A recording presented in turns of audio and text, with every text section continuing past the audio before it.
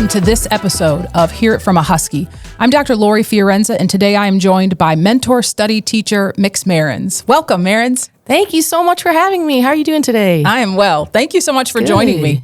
I am so excited to hear about the mentor study class. Can you tell me a little bit about the class and talk about your role as the mentor study teacher? Absolutely. So essentially, Mentor Studies is created to develop skills and strategies for students, both inside of the classroom and outside of the classroom as well. And my role is to really provide that tier 3 level intervention where I'm conferencing with students every single day. Students' unique skills, strengths, and needs are being met and attended to and honored. And it's really my role to inform students that they've got this and that we're going to develop skills and strategies together as a class and as individuals that are going to serve us both inside and outside of school. That's amazing. I know you're having a wonderful impact. What strategies or practices do you reinforce through this class? Primarily at our foundation, we are a growth mindset class. So students know that if they aren't able to do something, it's because they can't do it yet, not that they will never be able to do it, right? So that a student knows that they have the capacity to be so successful, they have so much power and strength in that, and that we are going to work together to affirm that always. So we lead class with positive affirmations. Every student picks an affirmation for the day, and that really sets the tone for how we're working through what can be stressful work, which can be things that come up a lot, right? And so it really gives us an opportunity to just lay a foundation of affirmation, and we do that as a community. On Mondays, we also study SMART goals. So we talk about goals that are specific, measurable, attainable, relevant, and time-bound.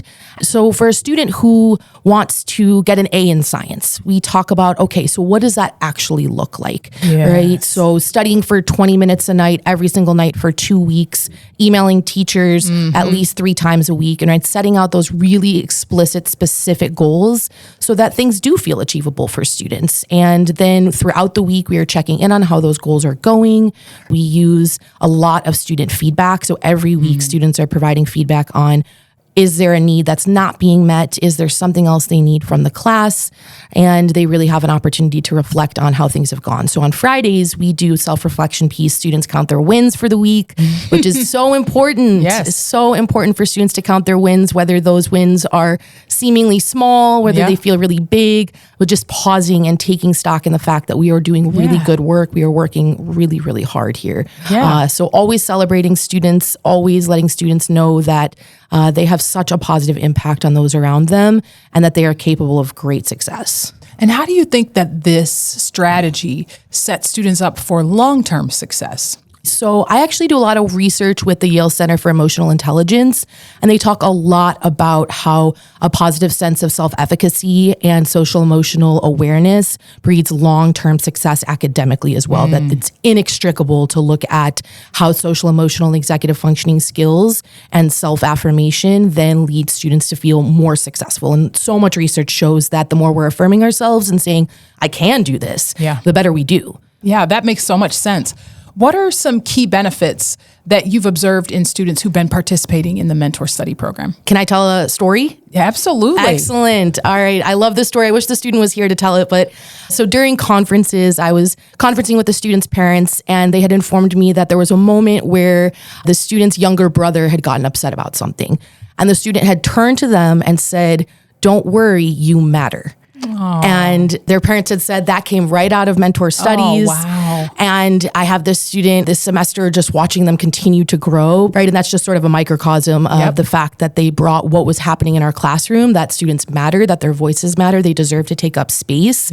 And that then translated to a moment at home. Like that just filled me up. Oh my goodness. Yeah, that sounds amazing. So clearly, my next question was going to really be about how do these situations and these benefits extend beyond academic achievement, but you've just given a really great example of how this is really supporting students' overall well-being and helping them generalize into other situations with other people. That's amazing. Absolutely. Thank you. So how do you foster, I know at the high school, we really want to make sure our students have a sense of belonging and a sense of connectedness. So what are some ways that you foster that sense of connectedness and belonging in the mentor study classroom, especially with our marginalized or underrepresented students? So one of the things we do on Wednesdays is talking circles.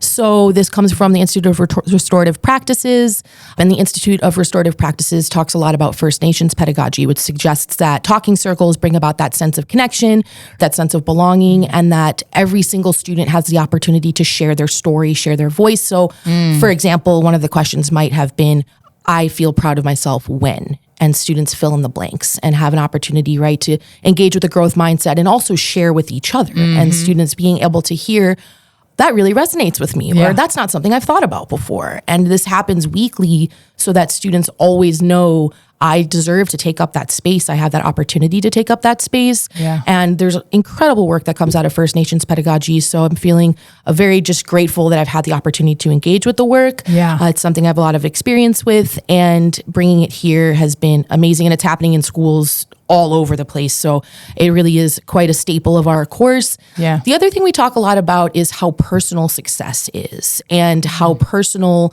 self-care is. So we learn skills and strategies, and a variety of skills and strategies. We also talk about, how do I take that for me? How does that look like for me? So a lot of self-care practices can be very generalized, very Americanized, very colonially situated. And so we talk a lot about like, what does self-care look like for me? How do I bring in like culturally responsive pedagogy into a conversation about self-care? Because care has to be and is culturally situated. And so really honoring that and lifting that up has been hugely impactful for me as a teacher. It's shocking to me that you have been here just under a year, and yet you have accomplished all of these things and embedded all of this into this class for the benefit of our students. Is there anything that you are hoping to or aspiring to do in the next year that might be a little different or a twist on something?